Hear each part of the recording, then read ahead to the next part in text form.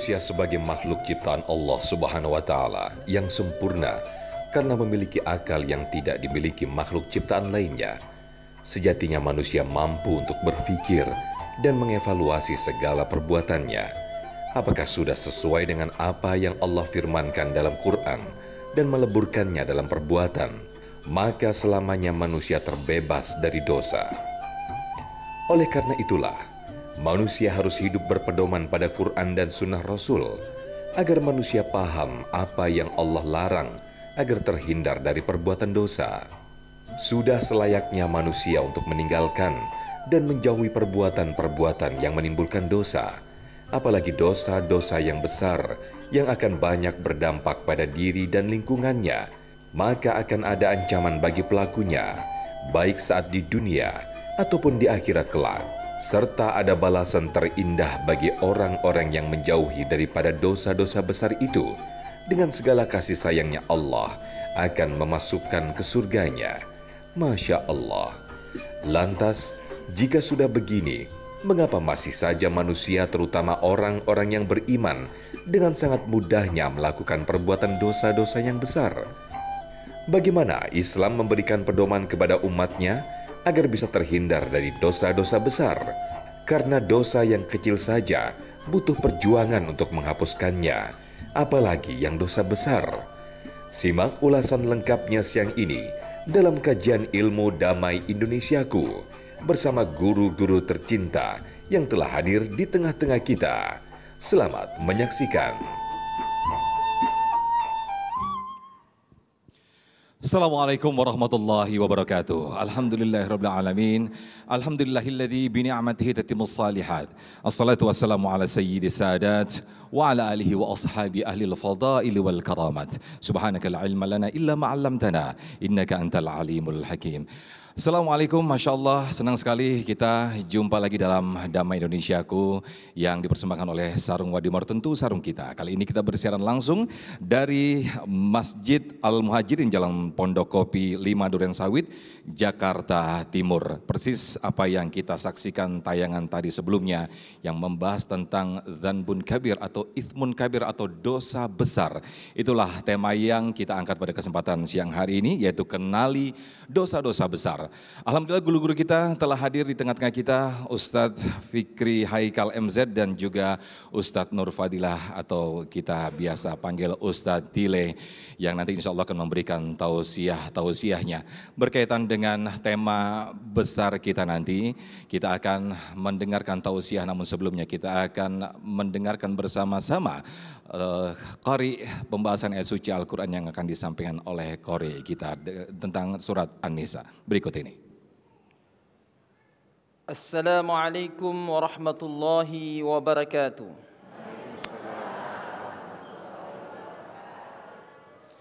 A'udzu billahi minasy syaithanir rajim. Bismillahirrahmanirrahim.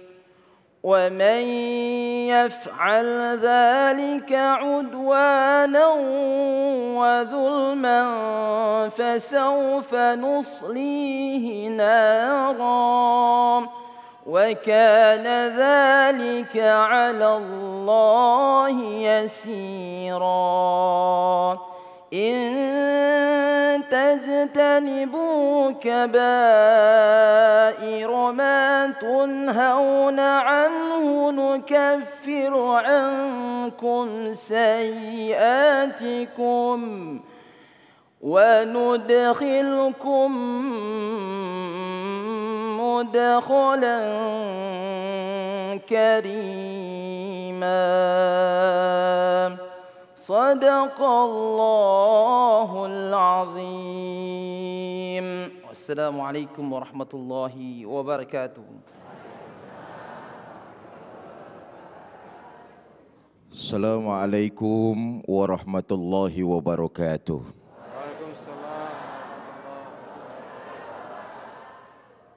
Bismillah walhamdulillah. Ashhadu an la ilaha illallah wahdahu la syarikalah. Wa ashhadu anna Muhammadan abduhu wa rasuluh la nabiyya ba'dah. Yang mulia para ulama, para kiai, para habaib, para asatiz dan asatizah, wabil khusus guru kita Ustadz Nur Fadilah.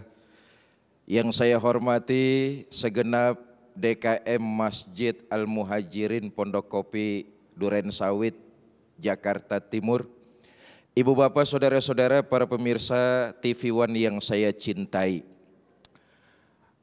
Setiap pelanggaran dari perintah Allah terkena hukum dosa. Ada dosa berat, ada dosa ringan. Kalau dosa ringan bisa dihapuskan dengan amalan-amalan ibadah yang kita kerjakan. Itu sebabnya agama memberikan tuntunan kalau kamu berbuat salah, kesalahan kecil. Kalau kamu berbuat dosa, dosa kecil. Ikuti perbuatan salah dan dosa itu dengan istighfar dan memperbanyak amal ibadah. Mata ini punya dosa. Mudah-mudahan dosanya dosa kecil. Lihat barang yang diharamkan oleh Allah, buru-buru istighfar. Begitu ngelihat yang diharamkan oleh Allah, buru-buru istighfar. Astagfirullahalazim. Dengan istighfar dosa rontok. Kenapa? Dosa kecil. Kata Sayyidina Ali kan begitu tuh. An-nazratul ula laka. Penglihatan pertama itu rejeki. Ngelihat yang kedua baru dosa. Tapi harus didului dengan istighfar. Ngelihat sesuatu yang haram, istighfar. Kadang-kadang kita istighfarnya doang yang paseh. Ngelihat paha, astagfirullah, tapi menteleng terus ke situ tuh.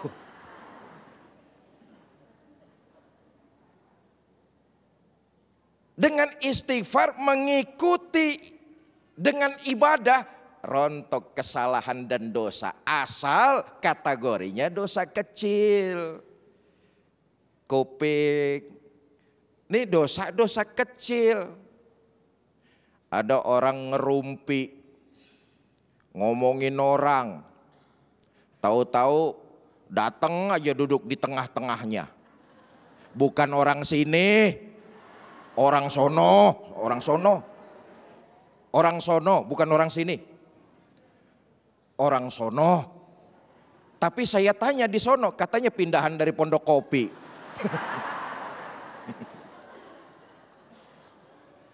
Ada orang lagi ngegosip, dengerin omongan orang, ngesrok. Ngesrok, tahu ngesrok? Duduk aja di tengahnya, diem, dengerin. Dosa tuh. Dosa kecil, istighfar, insya Allah rontok. Tapi ada bentuk pelanggaran yang dosanya dosa besar, diancam. Ancamannya siksa akhirat, azab kubur, dimasukkan ke dalam neraka. Nah, perlu saya garis bawahi, ancaman siksa tersebut sangat dimungkinkan sudah dirasakan di alam dunia. Bukan cuma di akhirat, tapi di alam dunia orang yang melakukan dosa besar tidak langsung melakukan pertobatan kepada Allah. Biasanya, saudara, dosa besar ini menyangkut hukukul adami. Awas, hati-hati nih. Ngomongin orang. Tadi kan ngedenger tuh. Saya sih kagak ngomongin orang, Pak. Saya cuma dengerin doang. Ya sama, lu dosa juga. Dosa besar itu menyangkut hukukul adami, hak seseorang. Nah, ini kita sering salah kaprah nih. Biasanya kita sok tahu. Bahaya kalau punya penyakit sok tahu. Kita sangka dosa kecil, padahal yang kita kerjakan dosa besar, menyangkut orang lain. Kita menyangka perbuatan itu dosa kecil karena nggak ada urusannya dengan orang lain, padahal itu dosa besar. Satu contoh misalnya diriwayatkan, saudara. Dulu ada anak muda ganteng rajin ibadah. Bu, kalau ada anak muda ganteng rajin ibadah, demen apa kagak? Oh, kalau boleh mah, kalau bisa buat mantu yang kayak begitu tuh. Betul. Ibu seneng ada anak muda ganteng rajin ibadah. Allah lebih seneng lagi ada anak muda kayak begini nih. Tapi sebaliknya, yang Allah seneng, setan kagak demen. Setan kagak demen sama orang kaya yang kagak sombong. Setan demen sama orang kaya yang sombong. Lebih demen lagi setan ada orang susah sombong. Susah sombong. Ini anak muda digoda. Nah, itulah setan tuh ya, iblis laknatullah alaih. Satu hari anak muda ini jalan-jalan, kenalan sama seorang wanita cantik jelita. Terjadi obrolan di pinggir jalan. Dari ngobrol di pinggir jalan pindah ngobrol di teras rumah. Dari ngobrol di teras rumah pindah masuk ke ruang tamu. Masih kurang enak ngobrol di ruang tamu, tuh anak muda dibawa masuk ke dalam kamar. Lu dengerin aja dulu lah. Sok tahu nih. Sampai kamar, pintu kamar ditutup, dikunci, kuncinya dicabut sama wanita tersebut. Endingnya saudara, yang ingin saya katakan, dia menyangka yang dia lakukan itu dosa kecil, padahal dosa besar. Ada 3 pilihan kata wanita. Kau kerjakan satu di antara 3 permintaan saya. Itu pedang, ini anak-anak kecil. Ambil pedang, bunuh anak kecil tersebut. Dosa besar, nggak mungkin. Yang kedua, kamu zina sama saya. Ini juga dosa besar, hukukul adami. Yang ketiga aja dah mbak, apaan? Ada minuman keras. Ambil, minum sampai habis. Nih anak muda nyangka minuman keras dosa kecil, nggak ada hubungannya dengan orang lain. Dia ambil, dia minum sampai habis. Apa yang terjadi? Akalnya tertutup dengan homer. Dia ambil pedang, dia bunuh anak kecil, lalu dia zinai gadis itu. Hampir waktu bersamaan. Karena itu jangan sampai kita ngerasa benar bahwa yang kita lakukan menurut kita dosa kecil, tapi sesungguhnya itu biangnya dosa menyebabkan ancaman di akhirat. Boleh jadi di alam dunia kita sudah merasakan azabnya. Nauzubillah summa nauzubillah.